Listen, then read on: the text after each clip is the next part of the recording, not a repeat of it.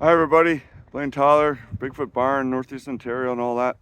Alright, so last time I was here, video I posted a month or so ago, I was talking about how they banged on my car and they also banged on the side of my house.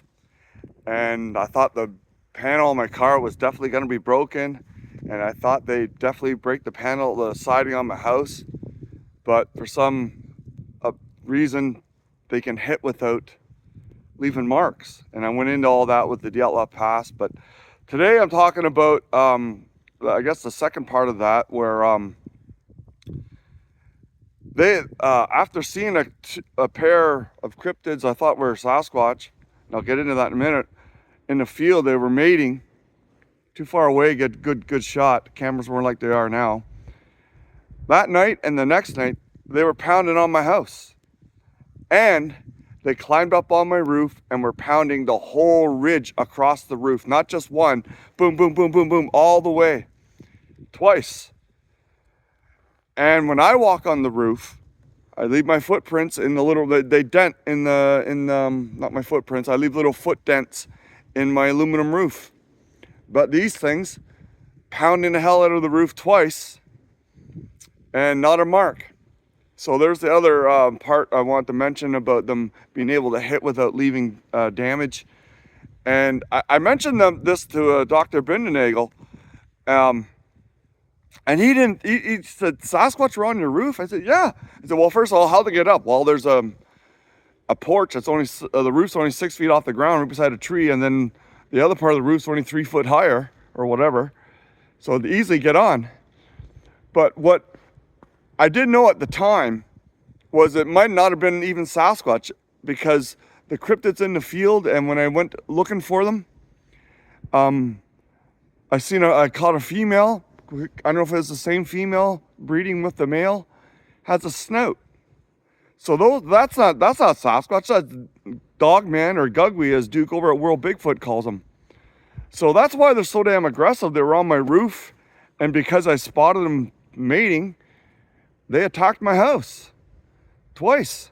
And then, yeah, the little Sasquatch guys were all coming around at different times, but during that week, very aggressive response to me seeing them like in a backfield, like 2 fields deep. You can see something, but your camera just sees, it looks like just stick people or something in the distance.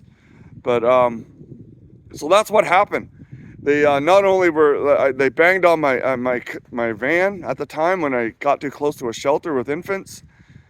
They pounded on the siding, and I guess maybe they didn't know where we went. He turned the lights off. When I was leaving the office, I heard vocals out my window.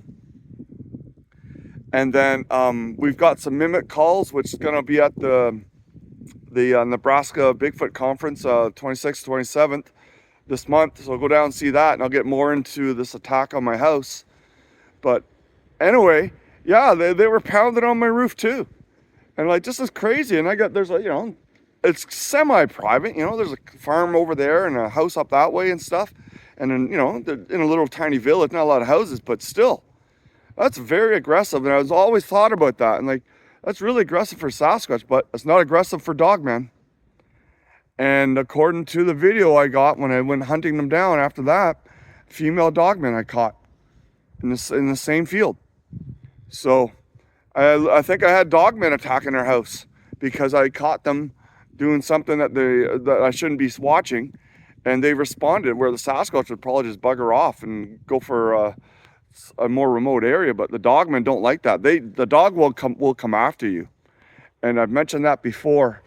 The reason I'm filming like this is because I was here before when I did the video about them pounding on the car and the siding. But it was too windy at the time.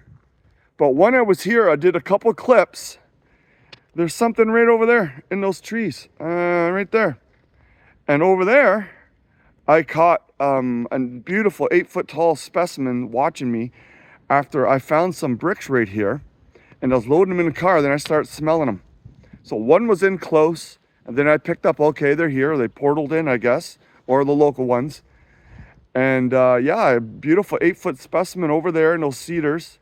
And then when I was here before, the third winter, this is the fourth winter, there was a big one there, and I'm just not gonna look.